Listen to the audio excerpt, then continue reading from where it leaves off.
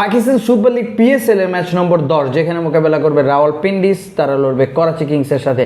ম্যাচটা অনুষ্ঠিত হবে 2রা এপ্রিল বাংলাদেশ সময় রাত্র 8টাতে। ম্যাচটা অনুষ্ঠিত হবে লাহোরের গেদ্দাফি স্টেডিয়ামে। ম্যাচের কমপ্লিট অ্যানালাইসিস করবো, তবে তার আগে বলে নিচ্ছি যারা এখন আমাদের ইউটিউব চ্যানেল সাবস্ক্রাইব করনি, চ্যানেল সাবস্ক্রাইব করবে, ভিডিওতে লাইক করবে, পুরো ভিডিওটা কিন্তু না টেনে দেখতে হবে। এই দুই দলের ভিতরে এখন পর্যন্ত কোনো ম্যাচ হয়নি, যেহেতু নতুন ফ্র্যাঞ্চাইজি, অতএব করাচি কেমন করে বা রাওয়ালপিন্ডিজ কেমন করে করাচির সাথে সেটা একটা দেখার বিষয়। দুই দলের ভিতরে এটা প্রথম ম্যাচ, কিন্তু যেটা গুরুত্বপূর্ণ সেটা হচ্ছে পয়েন্ট টেবিলে কিন্তু করাচি কিংস 2টা ম্যাচ খেলেছে, 2টাই জয়লাভ করেছে। সর্বশেষ ম্যাচটা তারা লাহোরের সাথে জয়লাভ করেছে এবং সেটা অনেকটা কন্ট্রোভার্সি ম্যাচ ছিল। 128 রান করেছে, 128 রানে প্রায় জিততে তাদের একেবারে যথেষ্ট বেগ পেতে হয়েছে।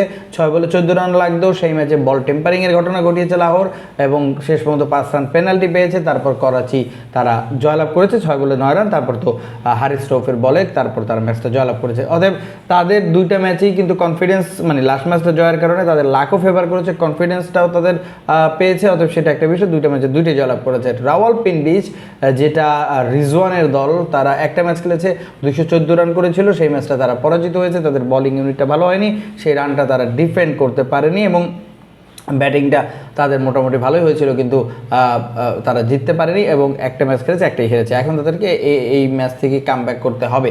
এখন যেটা বিষয় সেটা হচ্ছে যে এই মাঠের অবস্থা কি, অ্যাভারেজ রান 177, বৃষ্টির সম্ভাবনা এই ম্যাচেও 55% আছে। যদিও এই ম্যাচে কিন্তু এই দিনই কিন্তু আরও একটা ম্যাচ আছে দুপুরে। অতএব ওই পিচি যদি এটা হয় তাহলে অবশ্যই টসে জিতে আগে ব্যাটিং করবেন, যেহেতু ইউজ পিচ। যদি সেটা না হয় তাহলে অবশ্যই আপনি চাইলে আগে ব্যাট পরে ব্যাট যে কোনো একটা করতে পারেন। তবে ওয়েদার ফোরকাস্টে যেহেতু 55% বৃষ্টির চান্স আছে, সেক্ষেত্রে আপনি টসে জিতে পরে ব্যাটিং করতে পারেন, সেটা সবচেয়ে ভালো। কারণ ওভার কাটেল হলেও একটা ব্যাপার থাকবে এবং যেহেতু একটু ড্যাম্পনেসেরও ব্যাপার থাকতে পারে, সেক্ষেত্রে পরে ব্যাটিং করবেন। অর্থাৎ পুরোটাই ডিপেন্ড করবে আপনার টসের উপরে, পিচ রিপোর্টের উপরে। অতএব সেটা একটা গেল। এবার আমি যদি এই মাঠের রেকর্ড বলি, এই মাঠে এখন পর্যন্ত একটা ম্যাচে খেলেছে, একটাই হেরেছে পিন্ডিজ, সেক্ষেত্রে 0% তাদের উইন রেকর্ড এই মাঠে, কিন্তু 70% করাচি কিংসের এই মাঠের রেকর্ড ভালো। 70% টাইমে তারা এই মাঠে জয়লাভ করে। এবার আমি যদি একটু দুই দলের প্লেয়ারদের ফ্যান্টাসি পয়েন্ট ধরি টপ 5 হিসাব করে, তাহলে 1 নম্বরে মঈন আলী থাকছে, আপনারা স্ক্রিনও দেখতে পাচ্ছেন, 195 পয়েন্ট নিয়ে আছে। 2 নম্বরে হাসান আলী, এই দুজনই হচ্ছে করাচির। 3 নম্বরে ইয়াসির খান ব্যাটসম্যান, তিনি রাওয়ালপিন্ডিজের। 4 নম্বরে অ্যাডাম জাম্পা, 5 নম্বরে সালমান আলী আগা।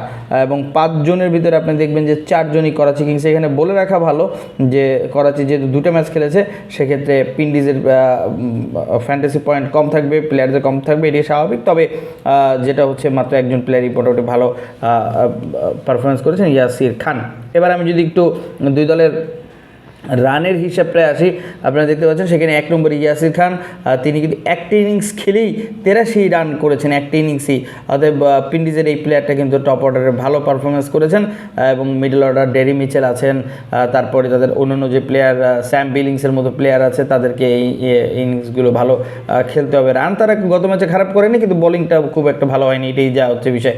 একমাত্র রিশাদ বাদ দিলে কেউই ভালো বল করতে পারেনি, সবাই রান দিয়েছে। তো ইয়াসির খান তিনি 1 নম্বরে আছেন, মাত্র একটা ইনিংস খেলেছেন। অন্যরা 2টা ইনিংস খেলেও কিন্তু 83 রান করতে পারেনি, যেমন মঈন আলী, তারপরে হচ্ছে সাদ বেগ, এছাড়াও ডেভিড ওয়ার্নার। এই 3 জনই কিন্তু সিরিয়ালিতে আছে, আপনি স্ক্রিনে দেখতে পাচ্ছেন। 3 জনই কিন্তু করাচির এবং তারা প্রত্যেকেই 2টা করে ইনিংস খেলেছেন। এবং রিজওয়ানও কিন্তু মাত্র একটা ইনিংস খেলেছেন পিন্ডিজের। তো 5 জন ব্যাটিংয়ের যদি আপনি হিসাব করেন, যদিও 5 জনের ভিতর 2 জন আপনি পাবেন পিন্ডিজের, রাওয়ালপিন্ডিজের, কিন্তু তারা কিন্তু মাত্র একটা ইনিংস খেলেছে। অতএব এটি বুঝতে পারছেন যে ব্যাটিংয়ে করাচির কিন্তু কিছুটা দুর্বলতা আছে। এখন মতো বড় কোনো ইনিংস কিন্তু করাচি এখন মধ্যে খেলতে পারেনি। ইনকেস লাস্ট ম্যাচটাও তারা যেটা 131 তারা চেস করেছিল, সেই ম্যাচটাও 128 করেছিল লাহোর, সেটা জিততেও কিন্তু তাদেরকে একেবারে লাস্ট ওভারের পর্যন্ত অপেক্ষা করতে হয়েছে। এরপর আমি যদি বোলিংয়ে আসি, বোলিংয়ে কিন্তু 1 নম্বরে দেখবেন ইয়াসির, দুঃখিত, আমি যদি একটু এখানে বোলিংয়ে আসি, বোলিংয়ে 1 নম্বরে দেখবেন করাচির হাসান আলী আছে, 5টা উইকেট পেয়েছেন 2 ইনিংসে। অ্যাডাম জাম্পা তিনি আছেন, তিনি 3টে উইকেট পেয়েছেন। মঈন আলী 3টে উইকেট পেয়েছেন। সালমান আলী আগা তিনি 2টো উইকেট পেয়েছেন এবং মীর হামজা 2টো উইকেট পেয়েছেন। অর্থাৎ এরা প্রত্যেকেই কিন্তু আলটিমেটলি 2টা ইনিংসে বল করেছেন এবং এখানে কিন্তু করাচির বলারই বেশি, পিন্ডিজের কোনো বলার নেই।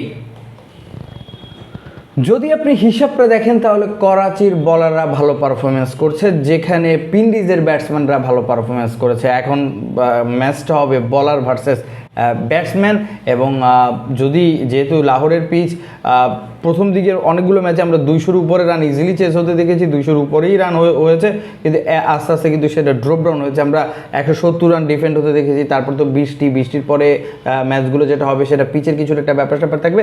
সো এই ম্যাচে আপনি যদি আমার প্রেডিকশন জানতে চান তাহলে আমি এখানে করাচি কিংসকে ফেভারিট রাখবো, কারণ এই পাকিস্তানের পিএসএল এর পিচগুলো যেহেতু ফুললি ব্যাটিং পিচ, সেখানে বলার যে দলের ভালো সেই দলগুলোই কিন্তু এখানে ভালো করে যাবে। সো আমার হিসেবে আমি এখানে করাচিকে এগিয়ে রাখছি। বাকিটা হচ্ছে টসের পরে হচ্ছে স্কোয়াডের পরে বোঝা যাবে এই ম্যাচে কে ফেভারিট থাকে। আপনার মতামত আপনি কমেন্টে জানাতে ভুলবেন না, আর অবশ্যই টেলিগ্রাম চ্যানেলে জয়েন করবেন, যেটা কমেন্ট সেকশনে পেয়ে যাবেন।